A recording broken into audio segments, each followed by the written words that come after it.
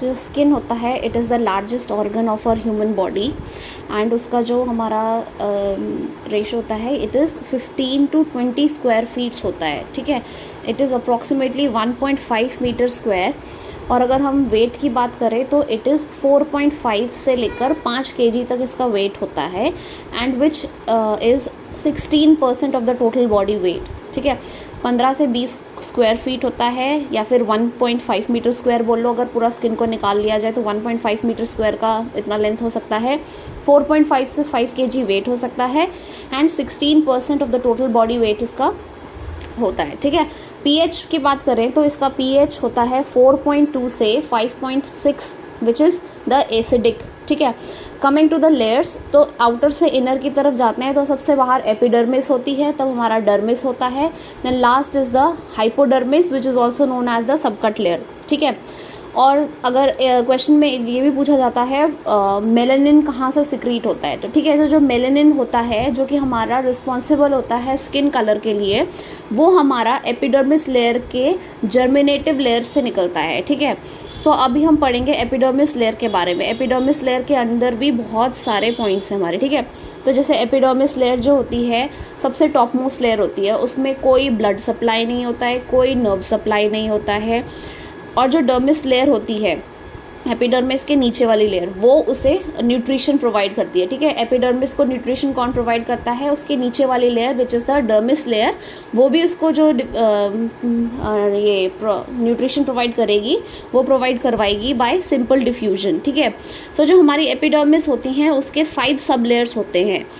तो हम अंदर से बाहर की तरफ जाएं तो ये जो लेयर्स होती हैं, सबसे पहले सबसे अंदर जो लेयर होगी that will be the stratum germinatum या फिर बेसिलस, ठीक है। यही जो स्ट्रेटम जर्मिनेटम लेयर है, ये वाली लेयर ही हमारा मेलानिन सिक्रीट करती है और वो धीरे धीरे ऊपर आता है, ठीक है। फर्स्ट लेयर इसका होगा जो इनर मोस्ट होगा स्ट्रेटम जर्मिनेटम, ठीक है। नेक्स्ट इज स्ट्रेटम स्पाइनोसम, फिर stratum ग्रैन्युलोसम, stratum lucidum, stratum corneum, ठीक है। ये अलग अलग हमारा 5 लेयर्स है। तो जो कॉर्नियम वाला लेयर है ये सबसे टॉप में आ जाता है हमारा, और ये क्या होता है 1 मंथ में अपने आप को शेड ऑफ करता रहता है। हर 1 मंथ में ये शेड ऑफ होगा, रिप्लेस करेगा, ठीक है। और जो ये कॉर्नियम वाला लेयर है that is only responsible for the nail formation. जो हमारे नेल्स होते हैं वो भी हमारे स्ट्रेटम कॉर्नियम से ही बने होते हैं, ठीक है। तो जो हमारी लेयर्स हैं एपिडर्मिस की, एक और बार मैं बता देती हूँ, जर्मिनेटम, फिर स्पाइनोसम, उसके ऊपर ग्रैन्युलोसम, लूसीडम, उसके ऊपर हमारा कॉर्नियम लेयर आ गया। जो स्ट्रेटम जर्मिनेटम लेयर है, जर्मिनेट वर्ड से ही जर्मिनेट है, तो उसमें कंटिन्यूसली सेल डिवीजन चलता रहता है, माइटोसिस चलता रहता है। जैसे ही उसका माइटोसिस ख़त्म होगा वो वाला लेयर अपने आप को ऊपर शिफ्ट कर देगा, फिर नीचे फिर से दोबारा हमारा माइटोसिस चलता रहेगा। ऐसे कंटिन्यूस प्रोसेस करते करते नीचे से ऊपर लेयर शिफ्ट होती हैं और अल्टीमेटली वो top most layer corneum layer बन जाती है which sheds of itself after 3 to 4 weeks या फिर 1 मंथ के बाद में वो अपने आप को शेड ऑफ कर देती है। फिर जो हमारा जर्मिनेटम लेयर है उसके बारे में मैंने बता दिया है, उसी में हमारा मेलानोसाइट प्रेजेंट होता है, उसी से हमारा केराटिनोसाइट भी प्रेजेंट होता है, केराटिन प्रोटीन जो कि हमारा नेल्स और हेयर्स में प्रेजेंट होता है, ठीक है। जो कॉर्नियम लेयर होता है that is completely of dead cells. Top most cells मैंने बताया एपिडर्मिस की, उसको कोई नर्व सप्लाई कोई ब्लड सप्लाई नहीं होती है। जो स्ट्रेटम कॉर्नियम है वो सबसे ऊपर आके बैठ जाता है और वो कम्प्लीटली डेड सेल्स होते हैं, ठीक है। They are continuously removed in every 1 month, ठीक है। And this process is known as desquamation which is the peeling of skin. Desquamation जिसको हम पीलिंग बोलते हैं, हर 1 मंथ में कंटिन्यूसली चलता रहता है। अगर किसी इंसान में डीसीक्वेमेशन नहीं हुआ तो क्या होगा, तो उसमें कैलस फॉर्मेशन हो जाएगी। कैलस में क्या होगा, जो हमारी ये स्किन लेयर है उसका एबनॉर्मली थिकनिंग होने लग जाएगा, बहुत ज़्यादा स्किन लेयर इकट्ठा होने लग जाएगा। आप ही सोचिए अगर जो हमारा टॉप मोस्ट लेयर है वो अपने आप को शेड ऑफ नहीं करता है, कंटिन्यूसली शेड ऑफ नहीं होगा, तो क्या होगा, वो इकट्ठा होता जाएगा, एक के ऊपर एक के ऊपर एक के ऊपर डेड लेयर्स इकट्ठा होंगी, सो हमारा कैलस फॉर्मेशन हो जाएगा, ठीक है। और हमारा एक स्पेशल टाइप का कैलस होता है कॉर्न। आपने कॉर्न तो सुना ही होगा, पैर में लोगों के जनरली हो जाता है, कोन शेप का होता है, ठीक है। तो वो कॉर्न हमारा पैर में हो जाता है, वो भी हमारा कैलस का ही एक स्पेशल टाइप है। Coming to the next layer which is the dermis layer और द मिडिल लेयर, इसमें हमारा ब्लड सप्लाई भी होगा, इसमें हमारा नर्व सप्लाई भी होगा। जो हमारे हेयर फॉलिकल्स होंगे, स्वेट ग्लैंड्स होंगे, सेबेशियस ग्लैंड होंगे, ये सब के सब हमारे डर्मिस लेयर से निकलते हैं। Coming to this dermis layer, hair follicles, sweat gland, sebaceous gland सब के सब हमारे डर्मिस लेयर में प्रेजेंट होते हैं। जो डर्मिस लेयर होती है वो हमारी रिस्पॉन्सिबल होती है for the elasticity of the skin. जो स्किन की इलास्टिसिटी है, स्किन खिंचती है, that is due to this dermis layer, क्योंकि इसमें हमारा कोलाजन फाइबर होता है, इलास्टिक फाइबर होता है और कनेक्टिव टिश्यू होता है, ठीक है। तो इलास्टिसिटी डर्मिस लेयर मेंटेन करती है। Hair follicle, sweat gland, sebaceous gland dermis layer में प्रेजेंट होते हैं। सो आप लोगों ने ड्यूरिंग प्रेगनेंसी देखा होगा जो पिंकिश लाइन बन जाती है एब्डोमेन में, which is known as the striae gravidarum, ठीक है। ये क्यों होती है? ये इसी वजह से बनती है क्योंकि जो डर्मिस लेयर हो जाती है उसकी डैमेज हो जाता है, ठीक है। डर्मिस लेयर में कोलाजन फाइबर, इलास्टिक फाइबर जो हो जाते हैं वो यूट्रस के खिंचने से वो डैमेज हो जाते हैं, जिसकी वजह से ये पिंकिश लाइन का फॉर्मेशन हो जाता है। तो जो डर्मिस होती है, अगेन कमिंग टू इट, उसमें भी हमारे 2 लेयर्स होते हैं, ठीक है, पैपिलरी और एक हमारा रेटिकुलर। सो जो डर्मिस में हमारा पैपिलरी पार्ट है दैट इज 1/10। अगर 10 लेयर्स मानो हमारे डर्मिस के, तो उसमें 1 पार्ट हमारा सिर्फ पैपिलरी है, बाकी जो 9 पार्ट है दैट इज द हमारा reticular part. So 1/10 part is the papillary part and 9/10 part is the reticular part. So जो पैपिलरी डर्मिस होती है उसमें हमारा लूज कनेक्टिव टिश्यू होता है, जबकि जो रेटिकुलर डर्मिस होगा उसमें डेंस कनेक्टिव टिश्यू होगा। पैपिलरी में लूज कनेक्टिव टिश्यू, रेटिकुलर में हमारा डेंस कनेक्टिव टिश्यू। और पैपिलरी में हमारा एक स्पेशल टाइप का चीज़ होता है, उसमें पैपिला प्रेजेंट होते हैं। पैपिला क्या होता है? हमारा पैपिला जो होता है it is mainly responsible for making this unique fingerprints, ठीक है। तो जो ये पैपिला होते हैं, पैपिला डर्मिस में, ये हमारा एपिडर्मिस तक पहुंच जाते हैं, ठीक है। प्रोजेक्शन इनका एपिडर्मिस तक हो जाता है और they are responsible for making unique fingerprints. This question में भी आस्क कि फिंगरप्रिंट्स किसकी वजह से आते हैं। सो डर्मिस के अंदर जो पैपिलरी पार्ट होता है उसमें पैपिला होता है, वो प्रोजेक्ट आउट हो जाते हैं इनटू द एपिडर्मिस एंड वो 2 बना देते हैं हमारा यूनिक फिंगरप्रिंट्स। ऑल्सो इसमें हमारा एरेक्टर पिलाई मसल्स होता है, जो कि हमारा स्मूथ मसल कॉन्ट्रैक्शंस होता है, जिसकी वजह से हमारा जो हेयर फॉलिकल्स होता है उसमें इरेक्शन हो जाता है, which is known as pilo erection. तो जैसे हम बोलते हैं रोंगटे खड़े हो जाना, so they are due to this arrector pili muscle which is present in the papillary dermis. और रेटिकुलर डर्मिस का तो हमने बात कर लिया है, उसमें डेंस कनेक्टिव टिश्यू होता है, पैपिलरी में हमारा लूज कनेक्टिव टिश्यू प्रेजेंट होता है। और अब हमारा जो ह्यूमन बॉडी का सेबेशियस ग्लैंड है वो कहाँ पे प्रेजेंट होता है? सो हमारा एक्जिला में सेबेशियस ग्लैंड प्रेजेंट होगा और हमारा पाम और सोल में इट इज़ एब्सेंट, ठीक है। तो पाम सोल में हमारा सेबेशियस ग्लैंड नहीं होता है, it is present in the axilla. Coming to the radiation वाला पार्ट कि हीट कैसे कैसे ट्रांसफ़र होता है, कंडक्शन से होता है, कन्वेक्शन से होता है, रेडिएशन से होता है एंड इवेपोरेशन। 3-4 चीज़ें हैं ये, conduction, convection, radiation and evaporation. Conduction में डायरेक्ट कॉन्टैक्ट हो जाएगा किसी भी हॉट ऑब्जेक्ट से या कोल्ड ऑब्जेक्ट से, हीट तुरंत ट्रांसफ़र हो जाएगी, ठीक है। कन्वेक्शन में कूल सर्कुलेटिंग एयर होगी, उसकी वजह से एयर ट्रांसफ़र होगा, ठीक है। रेडिएशन में हमारा कोई कांटेक्ट नहीं होगा, उसकी वजह से हमारा हीट एक्सचेंज होगा। इवेपोरेशन में प्रोसेस ऑफ वेपोराइजेशन होगा, वेपर्स निकलेंगे, उसकी वजह से हमारा हीट एक्सचेंज होगा।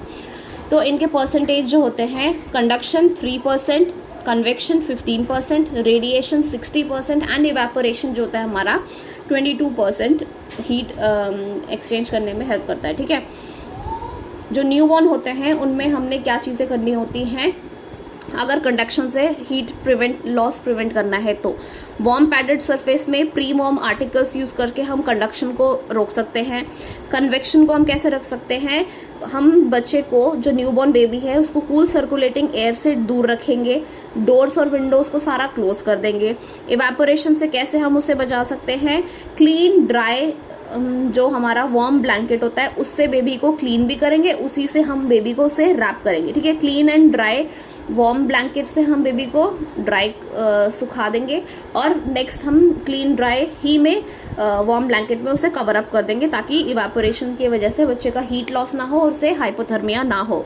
रेडिएशन में क्या कर सकते हैं हम, न्यू बॉर्न को कूल ऑब्जेक्ट से अलग कर सकते हैं और आउटसाइड वॉल से दूर रख सकते हैं। देन जो हमारा एक पॉइंट है, थिकेस्ट ह्यूमन स्किन कहाँ पे होता है? सो सबसे मोटी स्किन कहाँ पे मिलेगी? हमारे पैरों में, सोल ऑफ द फीट में हमारी थिकेस्ट स्किन मिलती है। ह्यूमन स्किन में सबसे मोटा पार्ट होता है हमारा sole of the feet. Nails मैंने बता दिया था, नेल्स किससे बनता है? Stratum corneum which is the outermost layer, उससे बनता है। फिर एक क्वेश्चन अगर पूछूं मैं तो, when the patient's own skin is taken from the donor area and grafted to the recipient area, ठीक है, एक पेशेंट है उसका खुद का ही स्किन निकाला गया है और दूसरे उसी पेशेंट पे दूसरे पार्ट पे उसे चिपकाना है, सो इसको हम क्या बोलेंगे? सो इसे हम बोलेंगे ऑटोग्राफ्टिंग, ठीक है। अगर खुद के बॉडी से स्किन लिया है खुद पे लगाने के लिए, इट इज़ नोन एज ऑटोग्राफ्टिंग। इसका बेस्ट साइट होता है थाई से हम फर्स्ट प्रायोरिटी हम थाई से निकालेंगे स्किन। इन केस थाई में इंजरी है तो सेकेंड बेस्ट साइट होगा हमारा बटक वाला पार्ट, ठीक है। अपने स्किन से खुद अपने बॉडी से खुद स्किन लेना इज़ ऑटोग्राफ्टिंग। जीनोग्राफ्टिंग या हेटेरोग्राफ्टिंग, जीनो या heterografting is from the animal.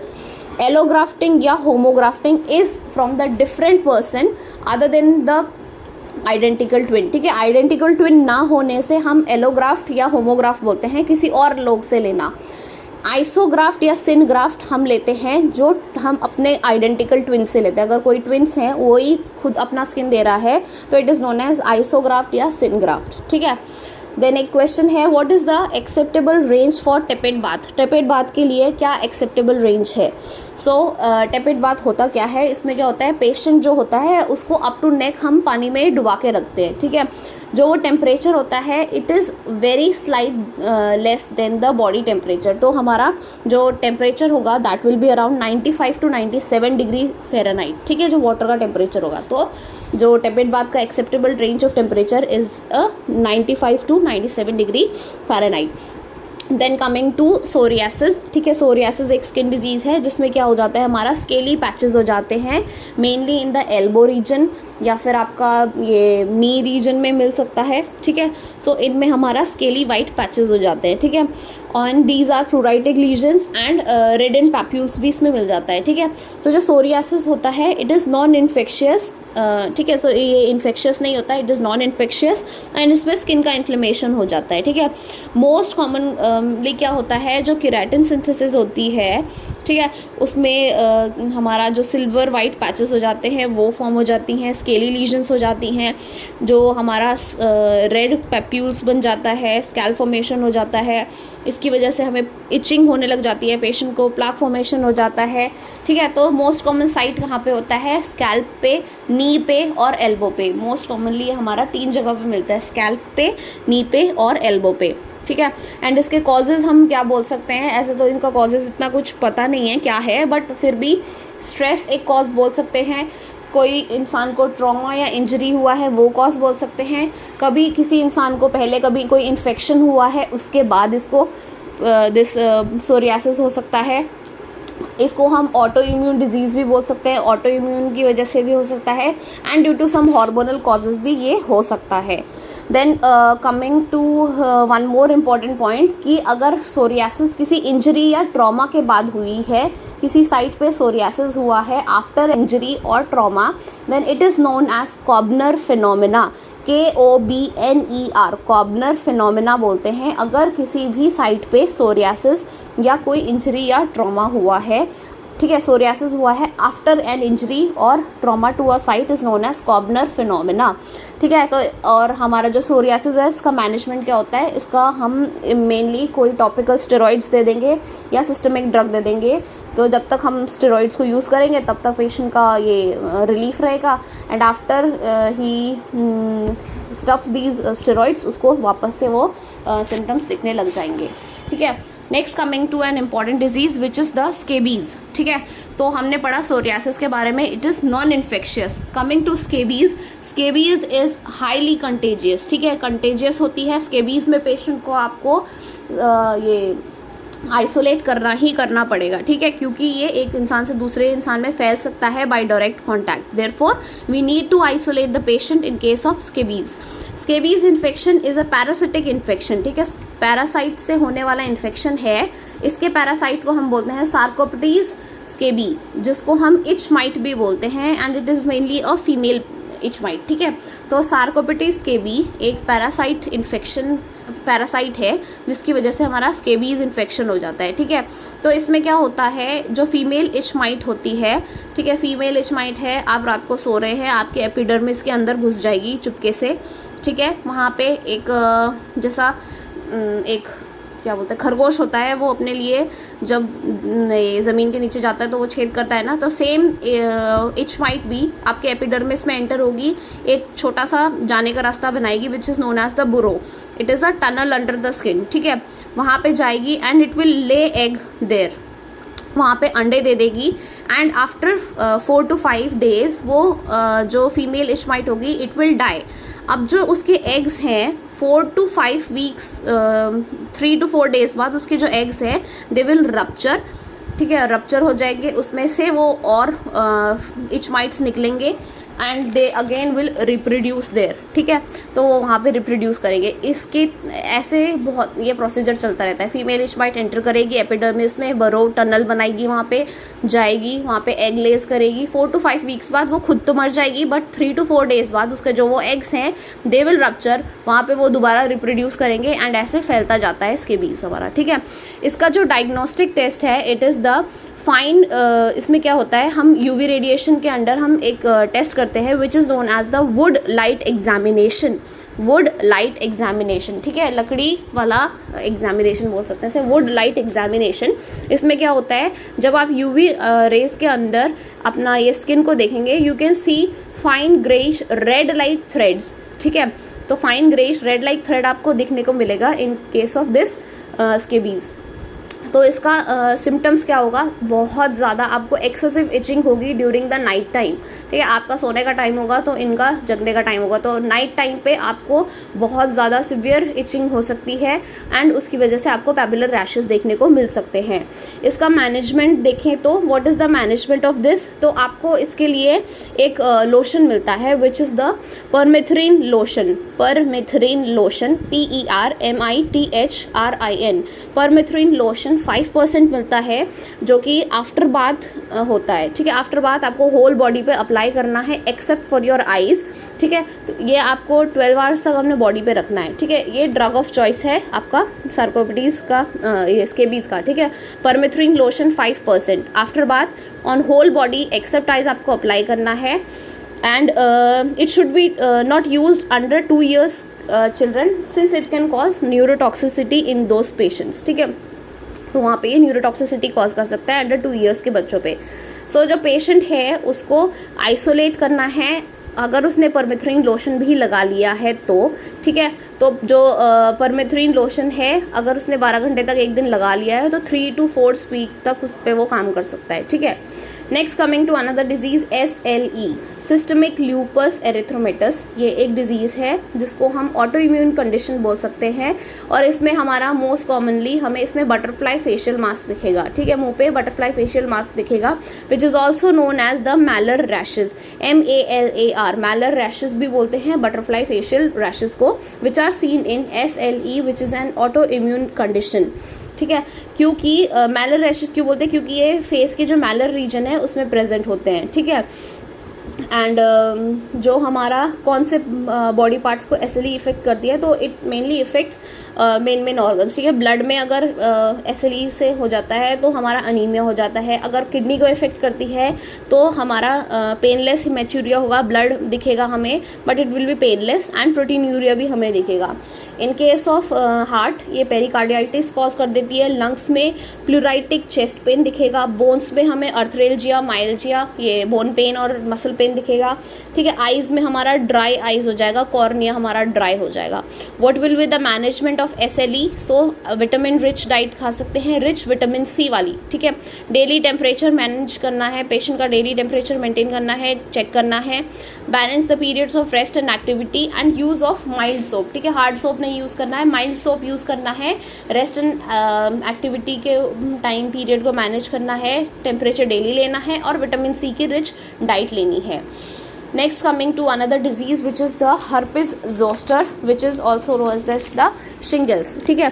तो herpes zoster क्या होता है, हमारा ये हमारा जो वेरिसेला जोस्टर होता है, जो कि हमारा चिकन पॉक्स करता है, उसकी वजह से ही ये कॉज होता है। ठीक है, तो इसमें क्या होता है कि अगर हमें कभी पास्ट में, बचपन में कभी किसी बच्चे को चिकन पॉक्स हुआ, ठीक है, और उसके वो उस टाइम तो सिम्टम्स सबसाइड कर गए, बट उसके अंदर वो वेरिसेला जोस्टर वायरस अभी भी 1-2 प्रेजेंट है।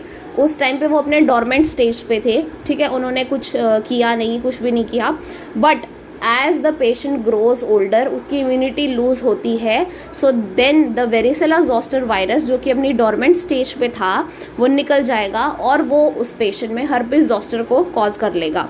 ठीक है, रीएक्टिवेट होगा वो वायरस और उसकी वजह से उसमें पेशेंट में शिंगल्स हो जाएगा, विच is again a contagious disease, और ये डायरेक्ट कॉन्टैक्ट से फैलता है। ठीक है, तो अगर हम बोले जो वेरिसेला जोस्टर वायरस है, वेयर इज़ इट प्रेजेंट, सो ये अपना जो वेरिसेला जोस्टर वायरस होता है ये डॉर्सल नर्व गैंग्लियन में प्रेजेंट होता है इन डोर्मेंट स्टेज। ठीक है, आपके शरीर में dorsal nerve ganglion which is in the spinal and cranial nerves में प्रेजेंट होती हैं, वहाँ पे आपके डोर्मेंट स्टेज में प्रेजेंट होगा, and as your immunity weakens it will reactivate this varicella zoster virus and it will lead to shingles which is again a contagious disease where you have to isolate the patient since it can spread from one patient to another by direct contact. Coming to the signs and symptoms, first is the fever, malaise, burning sensation, pruritus, paresthesia, ठीक है, और 3 weeks after infection आपको skin rashes दिखेंगे, letter जो ये rashes होंगे ये blisters में फॉर्मेशन हो जाएंगे।